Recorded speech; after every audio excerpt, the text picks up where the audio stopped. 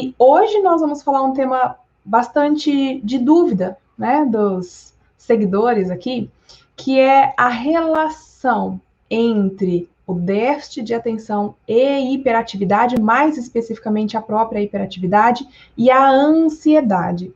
Se de repente você está aqui e fala assim, nossa, Lê, mas eu acho que acho que não tem essa questão não da ansiedade. Já adianto para você, né? Todo TDAH envolve a ansiedade, mas o contrário não é verdade. Nem toda pessoa ansiosa tem o TDAH. Então, se tem, né? Se você identifica aí, se você lida em alguma circunstância com o TDAH, fica nessa aula de hoje para você conseguir entender esse conceito, certo? Mas antes disso, eu quero deixar claro o que é uma coisa e o que é outra. O que é o TDAH, né? O transtorno de déficit de atenção e hiperatividade. Ele é aquela pessoa que ela pode ter só hiperatividade ou ela pode ter só a parte da desatenção, ela pode ter as duas coisas, tá? Então, normalmente é uma pessoa mais distraída, uma pessoa que esquece as coisas com facilidade. Quando envolve a hiperatividade, tem aquela questão da agitação, isso tanto criança quanto adulto, tá, gente? Tem a questão da agitação, essa questão da impulsividade, né? A pessoa ela não consegue pensar antes de agir. Essa é uma característica muito comum da pessoa que é hiperativa, tá? A ansiedade, ela é semelhante, mas as causas são diferentes. Ela é semelhante à hiperatividade. Ela gera também uma agitação, assim como a hiperatividade, mas quando que a gente percebe que a pessoa é mais ansiosa?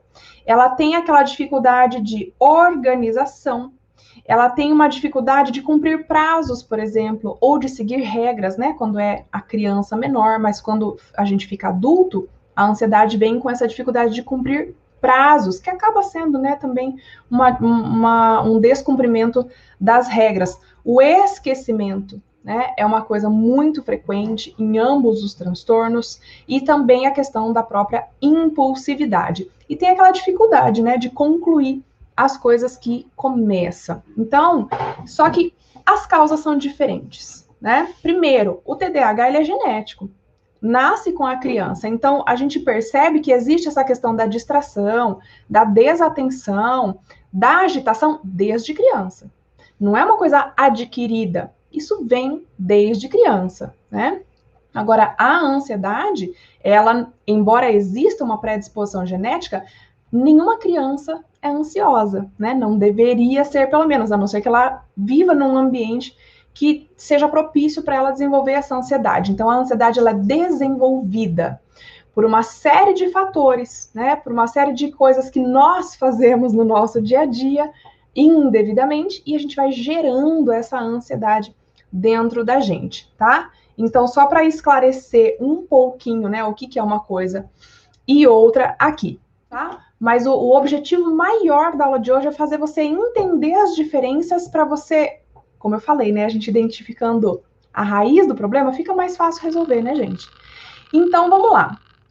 Como eu falei no início, todo TDAH tem a questão da ansiedade, tá? Todo. Por quê? Porque a gente está falando é a mesma via neuronal que está com algum problema ali, né, gente?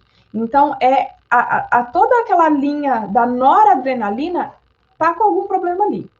Ou eu não tô produzindo direito, ou eu não estou usando direito esses neurotransmissores. Então, vem a questão da impulsividade, da agitação, da dificuldade de organização, tudo isso que eu falei. A ansiedade, então, ela está dentro do TDAH. Não tem nenhum TDAH que não sofra com ansiedade. Só que a gente tem como controlar isso. E a gente sabe que é porque os sintomas são muito parecidos também, tá, gente? Da hiperatividade e da ansiedade. Só que, como eu falei, nem todo ansioso tem o TDAH. Às vezes é somente uma ansiedade. E quando a gente consegue identificar, não, é TDAH, você segue por uma linha de tratamento. É ansiedade, você segue por outra linha de tratamento. E qual que é um erro muito comum, né? A gente não identificando o que é que o nosso filho tem de verdade, acaba tendo um tratamento incorreto. E aí, muitas crianças também que sofrem com o TDAH acabam sendo medicadas, e isso agrava ainda mais a questão da ansiedade, em vez de ajudar, né, gente? Então, por isso que é tão importante a gente saber o que é que realmente ter um diagnóstico mesmo. E você não precisa ser nem um diagnóstico formal, não, tá? É você, como mãe, conseguir observar isso. Já vai fazer uma grande diferença aí na sua casa, você, como pessoa, né? Entender aí o que é que está gerando essa agitação, né? O que é que está gerando essa agitação?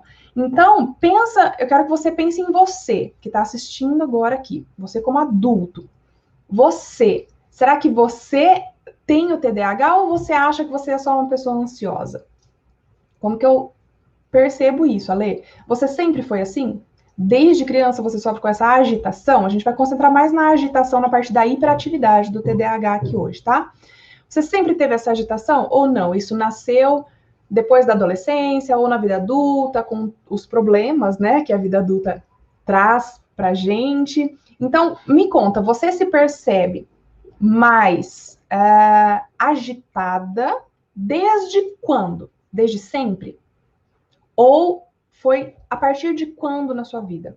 Porque se foi da vida adulta em diante, muito provavelmente isso é somente uma ansiedade. E a ansiedade, gente, nós adquirimos por maus hábitos. Por maus hábitos, né? A gente não tem costume de se organizar. A gente não tem costume de fazer agenda, a gente não tem costume de planejar o nosso dia, de planejar a nossa semana, de planejar nossas finanças. O brasileiro, em geral, não tem o costume de se planejar. E isso, por si só, já traz para a gente um aspecto de ansiedade. Então, muitas vezes a gente acredita que a gente é uma pessoa que tem dificuldade de organização porque a gente é ansioso. Mas é o contrário. É porque você não se organiza que isso te deixa ansioso. Porque a ansiedade, ela é um medo.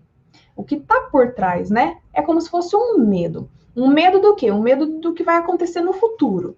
A ansiedade, ela, em tese, gente, e na verdade, a ansiedade ela é um sentimento comum que todos nós temos, tá? O que eu tô falando aqui é o transtorno, né, de ansiedade, que é algo patológico. A ansiedade, em níveis normais, ela serve para nos preparar para esse futuro próximo que vai acontecer, algo que, poxa, eu ainda não sei muito bem como vai ser, então eu preciso me preparar, preciso estar atenta. Esse é o estado de alerta, o estado de atenção que eu preciso me encontrar para fazer tudo certinho, né, nesse momento seguinte aqui que vai acontecer.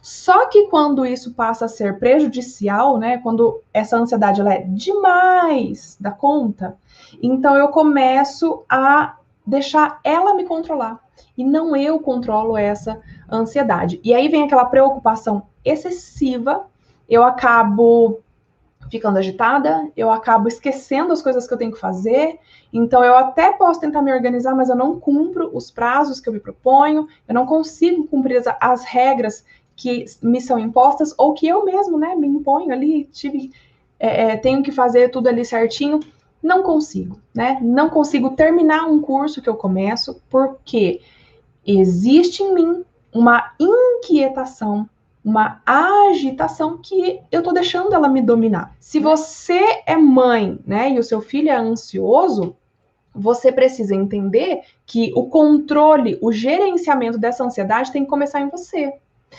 Você não tem como ensinar o seu filho a gerenciar a ansiedade se ele não vê isso em você também. Faz sentido, sim ou não? Né?